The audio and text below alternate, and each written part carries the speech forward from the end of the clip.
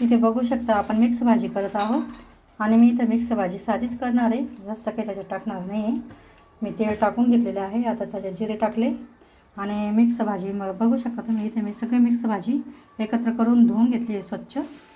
त्याच्यामध्ये वांगे, बटाटे, टमाटे आणि शेंगा, फुलगोबी, पत्तागोबी सगळ्या भाज्या एकत्र मिक्स चिरून घेतल्यात, मी धुवून घेतल्यात चांगल्या.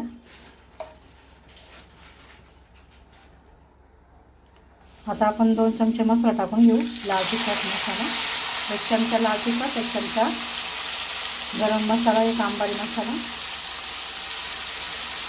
आणि त्याच्यात आपण हे सगळं एकत्र साहित्य मिक्स भाज्या टाकून घेतलेलं मी ते बघू शकता.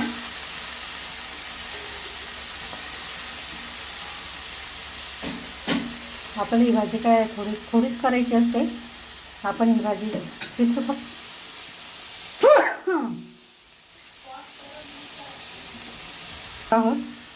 ही भाजी आपण फक्त पितृपक्षासाठीच करतो. मिक्स भाजी, ही भाजी छान लागते. अशा पद्धतीने तुम्ही पण करून बघा जर आवडले असेल तर.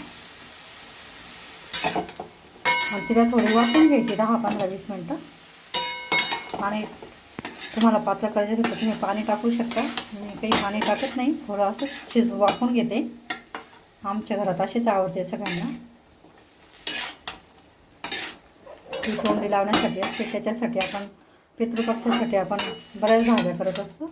कढी, आमटी, खीर, त्याच्यामुळे आम्ही थोडीच भाजी करतो तोंडी लावण्यासाठी. आणि ही भाजी अशा पद्धतीने केली फार सुंदर लागते.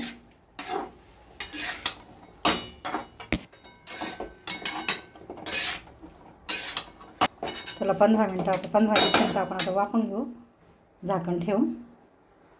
अशा पद्धतीने आपली भाजी तयार होते.